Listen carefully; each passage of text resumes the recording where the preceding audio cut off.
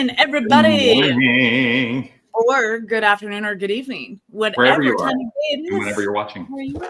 Wherever you're watching, whatever you're doing. Welcome.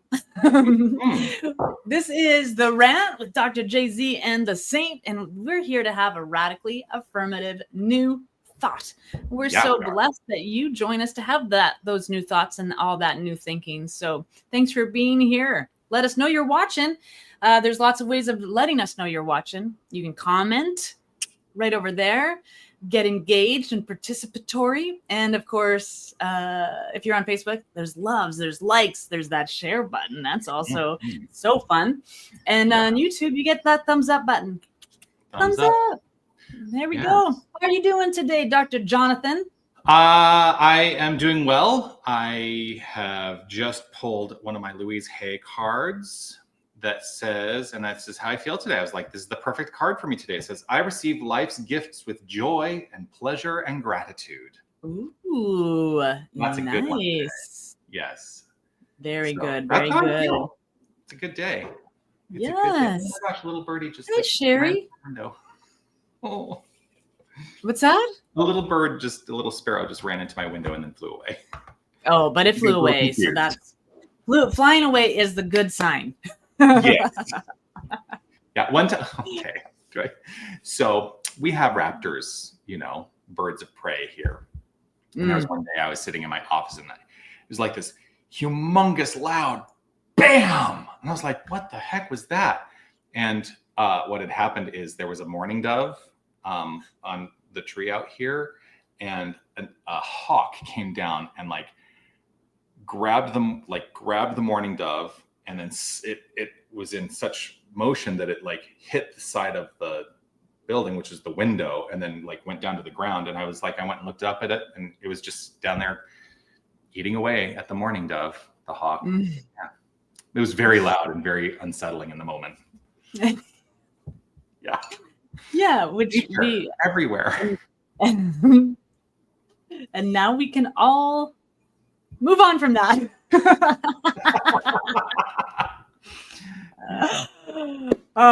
So if you are watching, I see there's some folks watching. In good ranty fashion, we have not chosen a topic today. So if you have a topic for us, what are you working on? What are you leaning into? What do you want to polish up? Let us know. What do you want a radically affirmative new thought about? I have an idea. That just came to me because we're in the new month, right? It's July. Oh, by the way, happy Canada Day, a day late. Thank you. Canada Day. Happy future in a few days. Happy 4th of July, Independence Day. Thank you. That's coming up. Yeah, but I chose a theme for us to explore at Unity of Tucson this month. The theme is interdependence. So maybe that's something that could launch us today. What does interdependence mean to you, Steph? From a new thought perspective. Interdependence. So, there's lots of words. Interconnected, codependent. So interdependence. That's interesting. We don't give. It's not a concept I have studied. Right. So for me, it is the balance in my interactions between complete independence, which means basically I don't rely on anybody else for any purpose, for anything, right? Yeah. And codependence, which means my good is certain, my good is completely reliant upon the whims of another person, right? So, and this comes from someone who has, codependent tendencies. I don't know if you know that about me. Yeah, right. And I had to really do the work to shift away from codependence. And sometimes I think when that happens is we swing so far to the alternative, which is independence. I'm in it for myself. I don't, there's no kind of, we don't feel like there's kind of any in between, but there is. It's interdependence, which is I have full capacity to express an individualized life, but I'm also in it with other people and to work with other people, not to bolster my good because my good only comes from within myself, but to be a contributor to the greater good of all that is and know that we're all in this together. Yeah. Yeah. Interwoven, intersected, interconnected. Yeah. The interdependent too is like the like a deep connection with that divine thing that Right. you're because I always talk about we're co-creating the divine mind and my mind are one mind, and we're co-creating this infinite potentiality into form. And so that's what comes up for me, that interdependent is that, yeah, there is a power and presence greater than I am, and I can use it. Right. We're in this together. There's no separation. Right. There's no aspect of my beingness that is not wholly divine, but I am not the wholeness of divinity. Does that make sense? To me, yes. Yeah. And it's not meant to diminish myself at all. In fact, I find great power in understanding the wholeness of me is fully divine. And I am a facet of an infinite wholeness. And we're all in this together. I mean, that's the thing. We are all in this together. And so any consciousness of separation, that just does not work for me anymore. Yeah. And I think it used to work for me for a while, but it's not worked for me. Separation is the root of all suffering. The belief in separation. This is this is my opinion. I'm only one mind and one opinion, but that's what I believe. I believe that because we believe we are separate from one another, we create suffering. Well, that plus there's a common belief that we are separate from God. Yeah.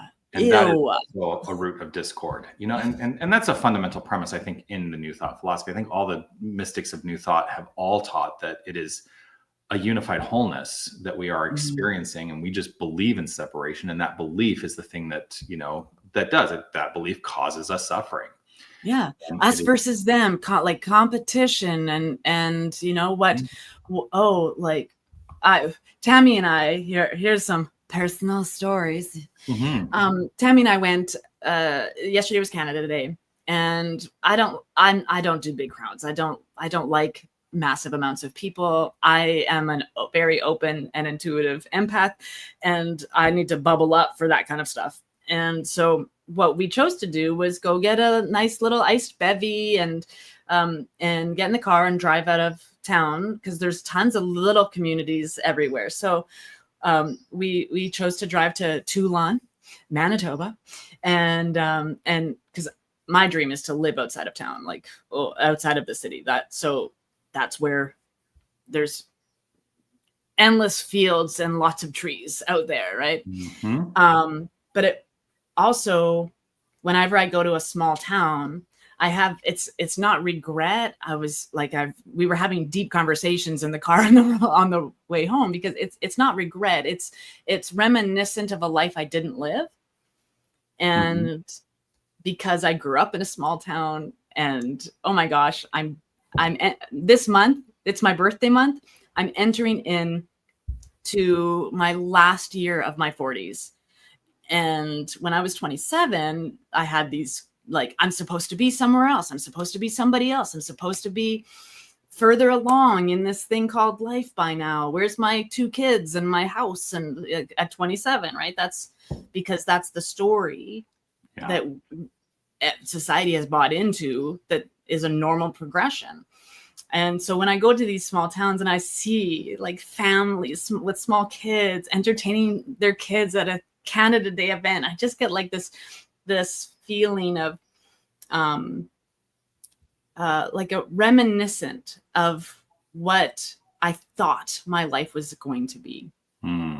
And at the same time, it's like just a reminder of this is all happening. This, like, I go to these places, this is happening. And I didn't have to live this life, but joyfully, these people who are like enjoying this day, that's, they all get to live it. They all get to be it. They get to experience it.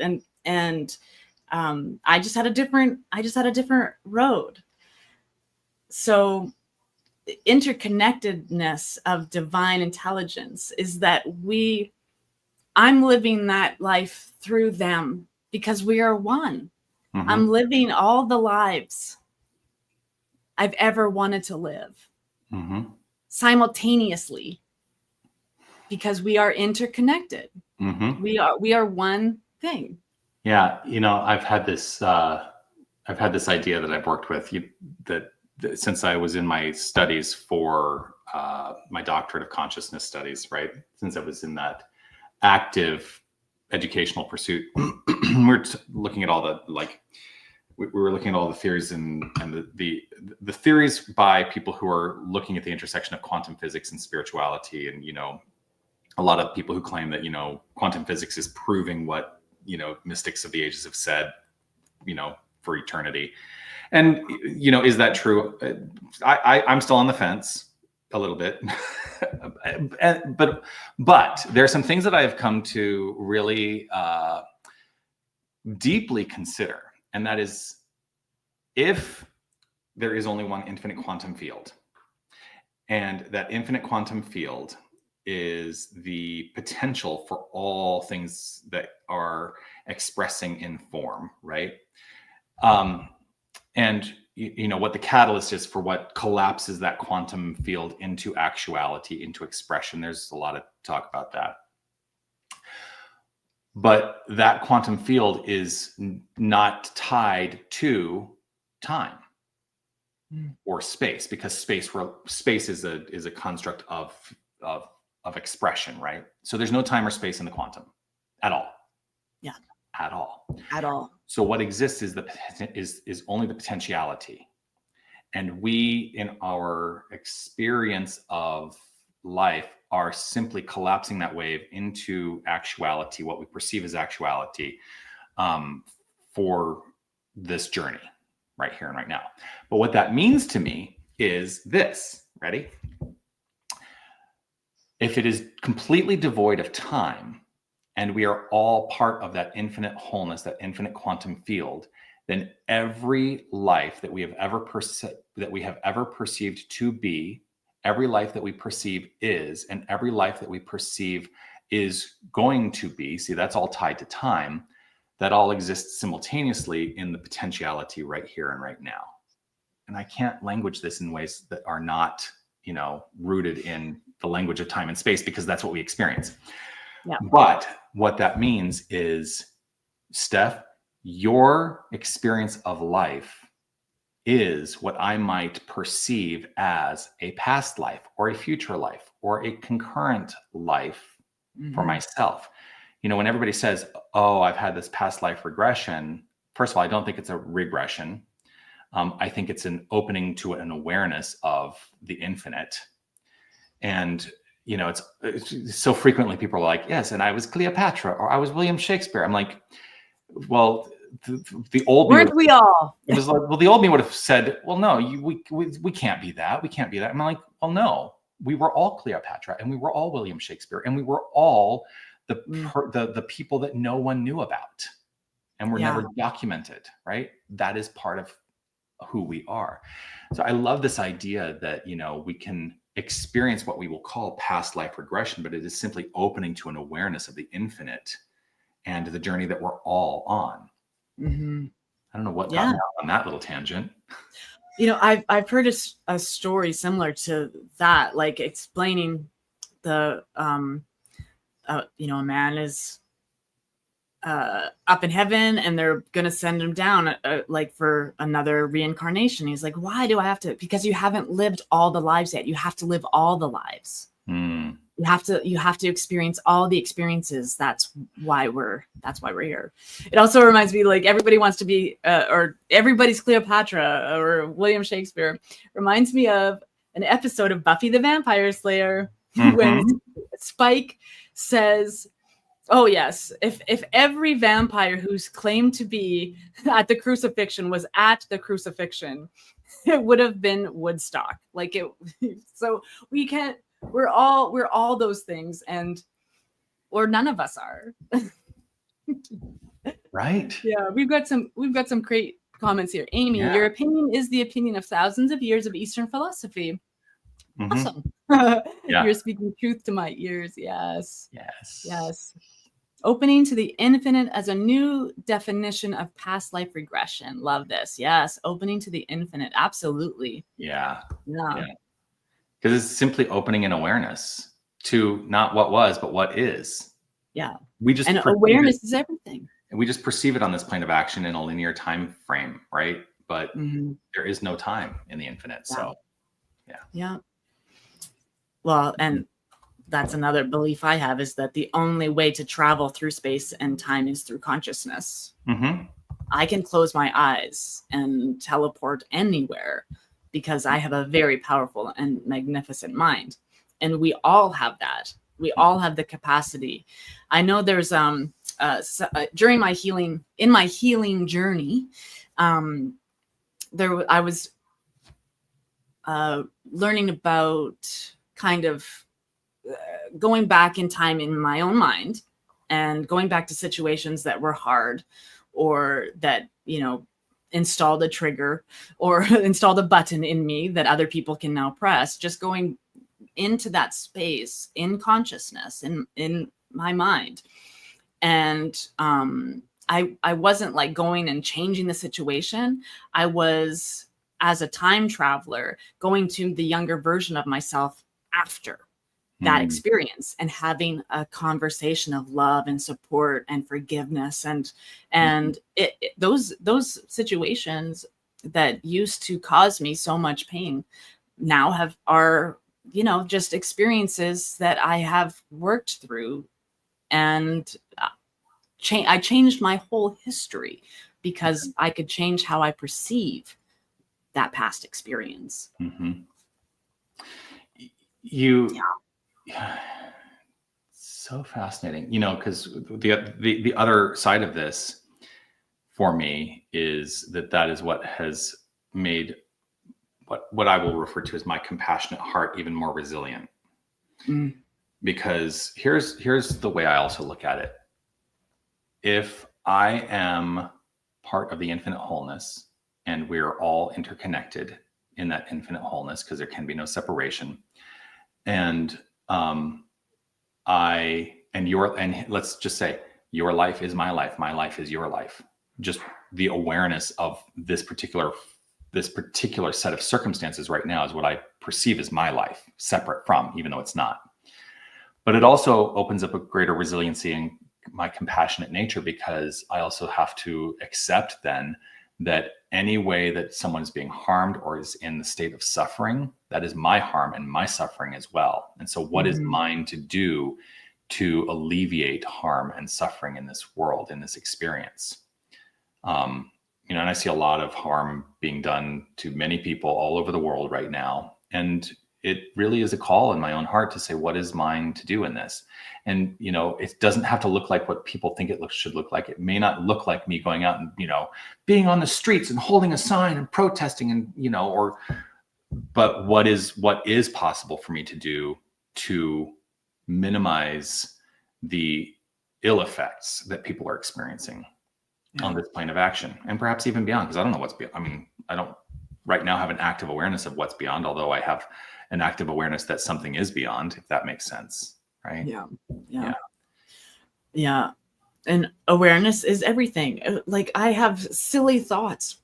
Yesterday, I was reading that there's like forest fires and things happening in Europe right now, and 50,000 people are displaced due to fires. And Manitoba, things are cooling off here. People are able to go home. Fires are under control. But I had this thought yesterday. I'm like, oh, right. The other side of the world also has things like forest fires, because they also have trees, and they also have heat and lightning. And it was just like this, it made me laugh. Like, is that the first time I had that thought that, Spain has trees that and forests that might go on fire. Like, is that my first time being aware of a country on the other side of the world that has the same kind of experience that we're having right now? Yeah. When they open their windows, just like I open my window and can smell smoke. Mm-hmm. It's present. You know, you kind of bring up a point too, which is important in my heart. And that is, you know, the call that I think the call that I would make to anyone is to really explore and experience more of the world than you think you know. Because I think that is also a way that we will heal humanity. Mm-hmm. You know, you mentioned Spain, because like I hear like there are trees in Spain. I'm like, yeah, there are lots of trees in Spain. I walked through a lot of trees in Spain, like when I walked, you know, and I was like, oh, what heartbreak it would be if like those were areas that were ravaged by fire right now. Like how devastating that would be in my own heart. Because, you know, I think about like, I actually had this thought last night. It was like, when I make my transition and this physical form is left, and I've let it be known to the people that, you know, that are important to me, that I want to have my remains cremated. And like, what would I want to have done with those cremains? I'm like, right now, I would want somebody to walk the Camino and leave me all along the Camino. That's how important that experience was for me, and will continue to be probably for the rest of my experience, my awareness experience on this plane of action, this timeline. That's really important. The idea that we, you know, care for one another and have experiences. That experience opened me up in so many ways that I was not ready for. So go out and experience the world. Live the life you are meant to live. Live. And it doesn't mean you have to do a 500-mile pilgrimage across Spain, but go do something. Yeah. Mm-hmm. I too will be cremated, and I have learned that I can become a tree. Yeah. So that's my plan. I'm going to be a tree. So 80 years from now, some kid will be like, that's a mighty nice tree. I'm going to sit under it. Yeah. And I'll be like, hello, little mind. Hello. Yes. Let's talk about divine intelligence. Look at my leaves. See how they have the wherewithal to release and let go. Mm-hmm. As seasons come and seasons go. Seasons come, you know? Seasons go, yeah. People who will sit in my shade will be great poets. There's a phenomenon that's happening outside my office window. So I've been in this position. I've been serving here as senior minister for over 5 years now. And, you know, I've shown pictures of what's outside my window. It's, you know, basically a big old landscape in the mountains and the trees and everything. It's like, it's beautiful. And usually I see rabbits. I see all kinds of wildlife, from rabbits and quail and, you know, the occasional bobcat and coyotes and everything. But this year, all of a sudden, I've started seeing a lot of chipmunks, which I don't recall seeing in years past. You know, I just say that because one just like went past, and I was like, I saw a chipmunk when I was there. Yeah, but it's like, I'm not like, this is the first year that I've seen the chipmunks. Like, so they've kind of moved in. They're like, you know what? I'm done with the cold. I'm moving to Tucson, Arizona. Mm-hmm. Yeah.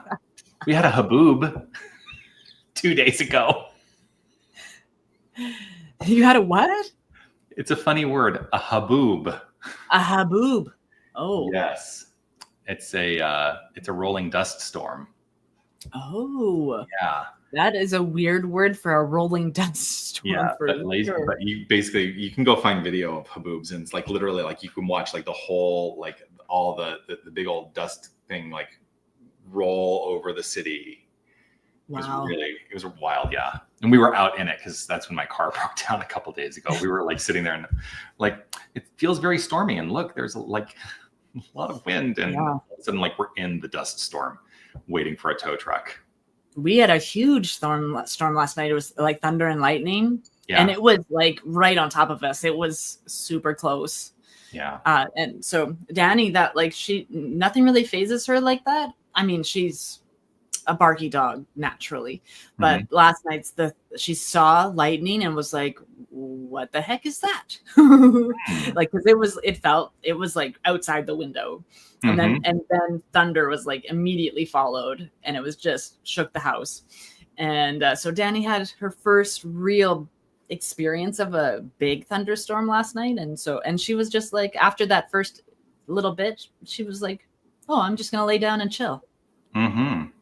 Because I've had other dogs that were insane during thunderstorms. Insane. Okay, I am gonna show you if I can do this. I'm gonna try and do it.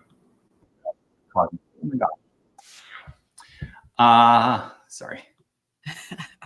This is some kind of. There we go. All right. Some kind of wonderful. Screen. Oh. Yes. Okay. That's fine. Is it going to let me do it? All right. So I'm going to share this. Oh, here we go. I see movement. I'm going to hit play. You see that? Oh, wait. No, you got to share. You got to put it. So that's a haboob from a couple of years ago. Wow. Like, isn't that crazy? That is crazy. Yeah. But that's wow. Like. And it's huge. It's huge. Yeah. Like, it covered the whole city. And that was, wow. That was, wow. Yeah. That was not the one we just experienced. But. And sometimes that's what the inside of my mind looks like. At this moment, we're kind of off the topic of new thought because now we're talking about haboobs. But I had this moment when we were standing out there, and it's like dust is going into, and I'm like, oh my God, all the dust is like blowing into my ears, and I'm like, oh, gross! I need to get it out of my ears. Okay, what? So let's talk about Louise Hay. Let's maybe look at another affirmation because we don't need to keep talking about haboobs. I also have my Science of Mind cards here. Oh, pull a Science of Mind card. Let's see what. It's an unopened one. I wonder where is my open one somewhere?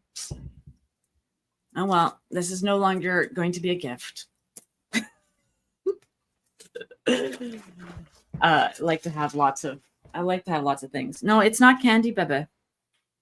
It's not candy. This isn't for you. Okay, an unopened box. What's it gonna say? That's the card. Right there. That one. Right this there. One? Yeah, that one right there. This one here. Ooh, the nature of nature.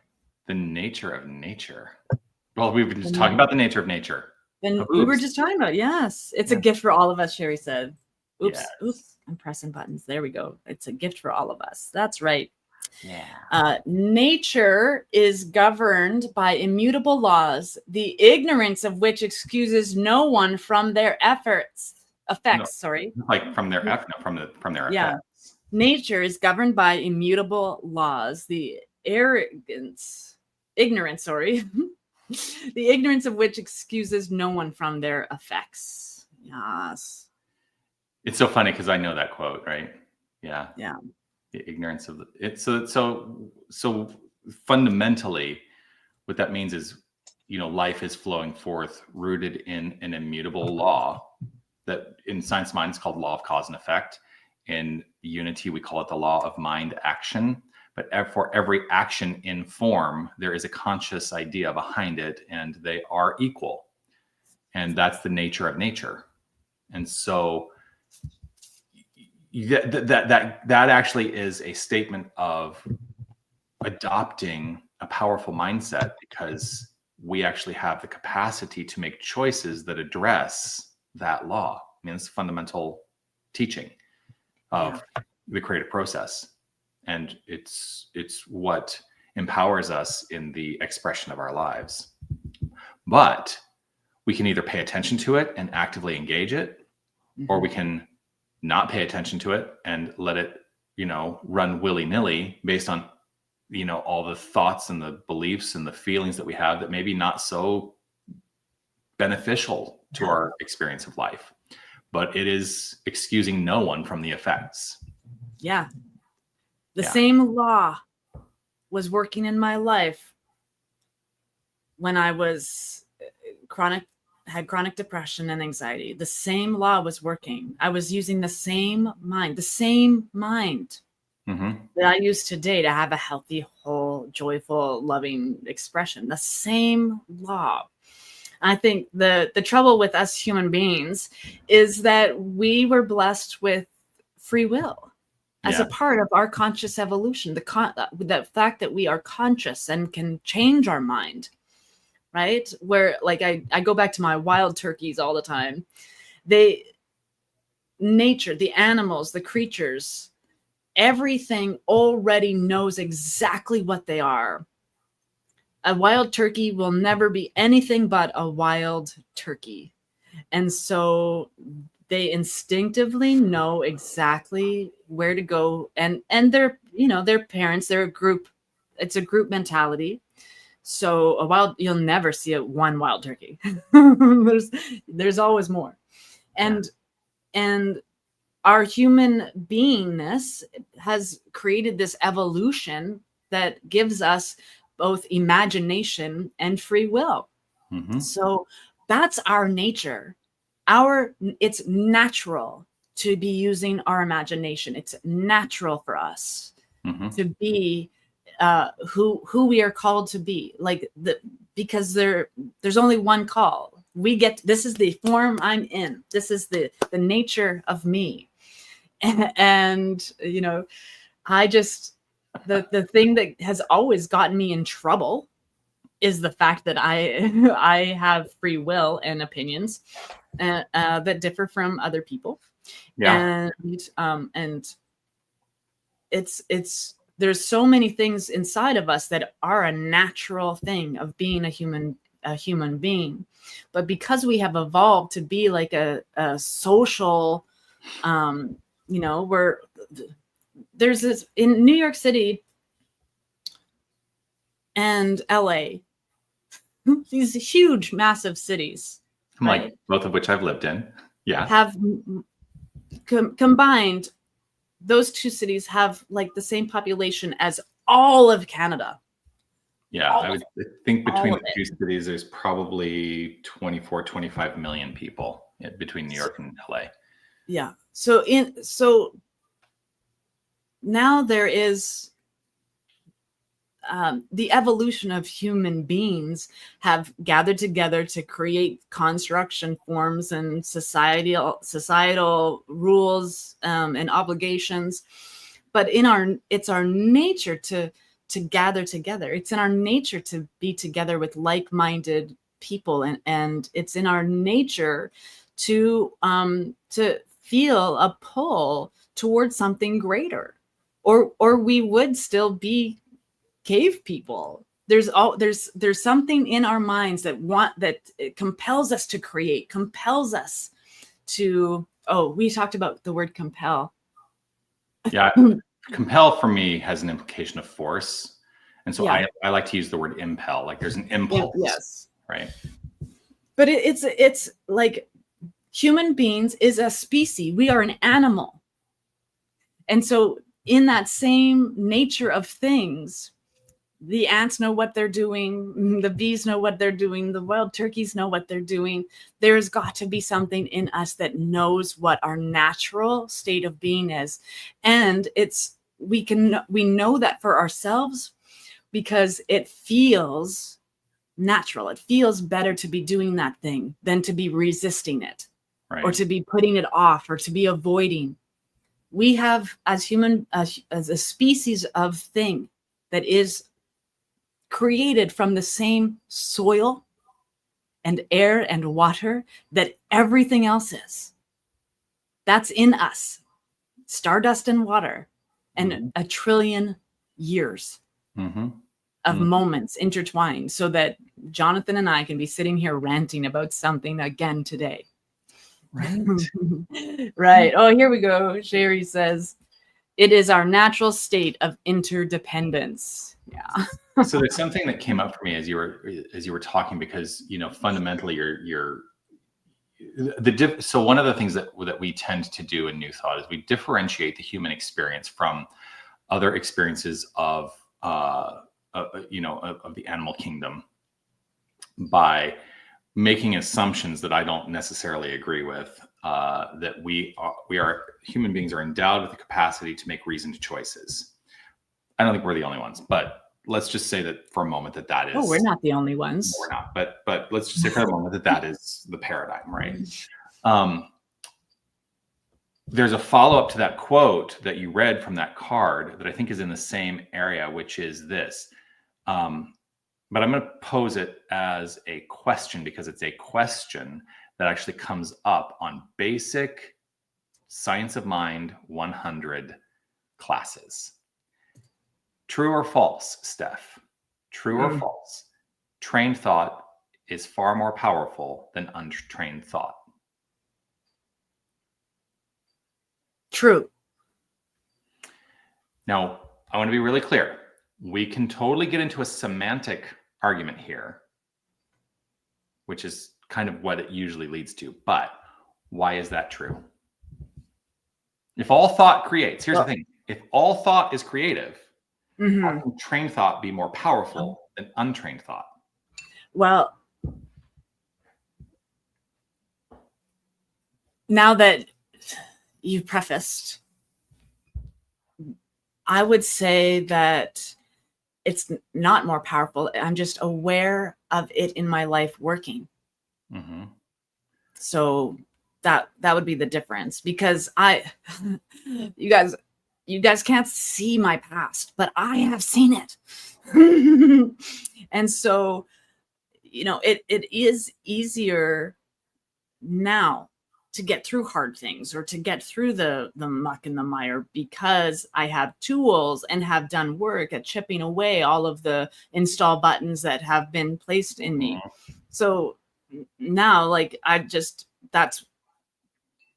is the awareness that would make it more powerful, because I'm simply aware of it working. I'm aware and able to direct it into a different line of being than in my ignorance of it. It was just as powerful.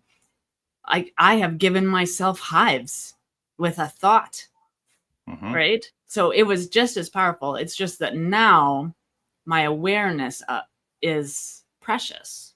Right.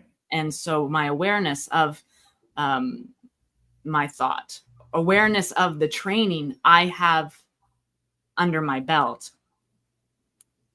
to do this work and to continue doing this work for my own conscious living, my own, like I've said before on here, I'm a minister to one.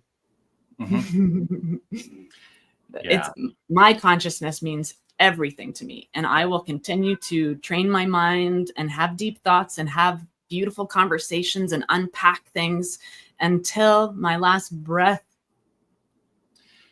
So there's a textbook answer, because in the book he says trained thought is far more powerful than untrained thought. But I think we also need to differentiate the idea that what he's not saying is trained thought is more forceful than untrained thought. All thought has power, right? The degree to which we are endowed and empowered through choice, through the freedom of choice, is the way we can describe it as having more power. But it's not necessarily that it is more powerful. That makes sense? That's why I say we can get into a semantic argument here, because I agree with Anna. It's not more powerful. It's about awareness and intentionality. Exactly. Our capacity for awareness, our capacity to be intentional, we might describe as empowering us in the flow of our lives, right? And I do agree with. So again, it's a semantic argument. I would say trained thought is far more freeing than untrained thought. That's what I would say. It is, yes. It is the training of my mind that has liberated my soul. Exactly. Yes. So, and this also goes in line with even the things that when we are taught early on in the study of New Thought, and we're like, oh, I'm going to learn this stuff because the mystics of the ages have all said this, and I should believe this because it's going to make my life better, right? And I always say, question it all. Like, there's actually, I think, greater capacity for spiritual understanding through questioning, rather than just adopting a phrase because it was written down in the Science of Mind, almost 100 years ago. Mm-hmm. Question it all. I'm all about questioning. Questioning is a powerful thing. And I just think about 3,000 years ago, 2,000 years ago, 1,000 years ago, philosophers were sitting around having deep conversations, asking the hard questions. Why are we here? Mm-hmm. Who put us here? There's, asking these questions, and those questions have not changed today. Right. We're still asking the same questions. Just keep asking the question until you have a deep understanding for your own self of what that means for you. I love the practice of living in the question, mm-hmm. to not assume that what is revealed first is right, but to continue to live in the question and allow something unexpected to be known. Mm-hmm, mm-hmm. Yeah. Lately people will ask me something. I'm like, I don't know. And that's not something I need to know about. That's mm-hmm. You're asking the wrong person. If you need to know that, ask yourself. I have gotten so much more comfortable with saying I don't know than I used to be. I used to be the guy that was like, I had an answer for everything. If you mm-hmm. had a question for me, I had the answer. And I'm like, I don't need to have the answer to everything. And the right one. And if I don't know, I'll be willing to admit I don't know. I'm willing to learn. And that's the thing. I'm willing to find out.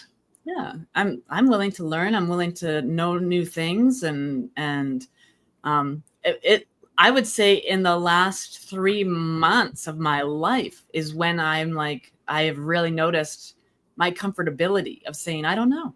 Mm-hmm. I don't know. Why would I know that? Mm-hmm. I just saw a t-shirt I want to get. Actually, it says, I don't need Google. My wife knows everything. I was like, oh, I need that. I need that shirt. That's awesome. So yeah. Make sure you're asking the right person. And the right person is probably yourself first. If it's a spiritual question, ask yourself first. Yeah. How do I feel about that? What do I think about that? And be willing to take the time it takes to allow the answer, right? Yeah. Yeah. I think sometimes we get into this, I'm asking myself the question, but I'm not it's not coming to me right away. Well, first of all, that resistance and challenge, that's going to, withhold, I think, a lot of the potential for flow. That's just my belief. But be willing to sit in contemplation of the question and see what unfolds. I mean, isn't that what the practice is for many mystics? Mm-hmm. Not just assume that what comes first is right, but to allow the exploration. Yeah. Allow for there to be more than one option. Mm-hmm. Yeah. I know I used to be a very big stick in the mud. If this was my option and opinion, I would cement that in nice and pack it in nice and good. So that anyone who questioned that would just bounce off. And now it's like, oh my gosh, I want other people to think those answers. I want other people to be bring me your thoughts and share your ideas instead of me having to come up and do everything. Mm-hmm. And, because I have been that person for others, oh, Steph will do it. Steph knows the answer. Steph. And it's like, well, I am not doing my job because I am supposed to be teaching self-reliance. Right. Self-reliance, y'all. You've made me think, though, about this. And so this is a apology, perhaps more than a decade late. But I think about when I was your mentor and we would have conversations about the state of your ministry when you were, when you had developed the CSL West Kootenai, and you would come to me and we would talk about the challenges you were facing in ministry. And I had a bit of a hard line in my approach to, if you asked me a question, I was like, this is the answer. That's it. Right. rather than really going on the exploration. So that was me as a young minister too, like, also having my own limitations in mind about the way I was approaching things, because I had a little bit of a hard line early on, and I have a lot more willingness now to open up to the infinite possibilities for the way things might unfold. So that is my way of saying I am sorry for the way I was such a hardline person with you back in the day. And I'm grateful. No worries. We were doing the best we could do. Right. And I'm grateful to see the way that you have blossomed and grown in your ministry. And what a wonderful thing it is to have witnessed it over these years. Aw, thanks. That's so sweet.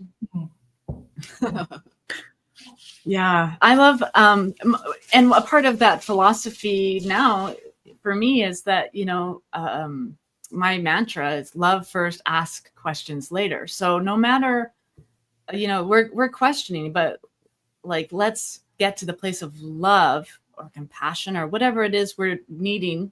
Let's show up with love first. And then the questions won't seem so pokey and hard. And we'll all take a breath together before we figure this thing out together. Yeah. There's a refrigerator magnet. It's a quote on a refrigerator magnet, and the quote is attributed to John Lennon, although I did a little dive, and it actually, I don't know that it's John Lennon, although it's been put on the refrigerator magnet. And the quote is, "Love is the answer. What was the question?" Right? Yeah. And here's the thing.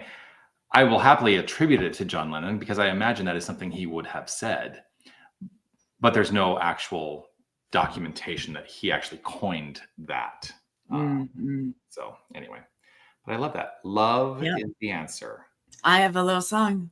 Love is the answer and love is the prayer.